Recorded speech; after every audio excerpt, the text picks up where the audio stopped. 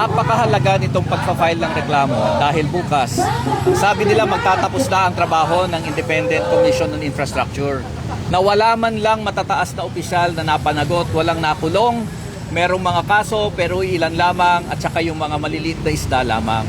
So hindi pwedeng ganun na lamang ang nangyari sa mga investigasyon na yan. Hindi pwedeng magkalimutan na lang.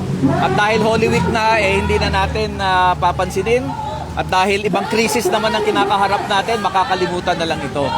Kaya ito ay pagtanda na nagpapatuloy ang laban at obligasyon ng Office of the Ombudsman na imbestigahan si Yusek Bersamin at Yusef Olaybar dahil sila ang lumalabas na mga bagman mismo ng Pangulong Marcos. At napakalaki ng kanilang kinalaman doon sa pagnanakaw na nangyari hindi lang sa flood control anomalies, kundi sa iba pang mga infrastructure projects.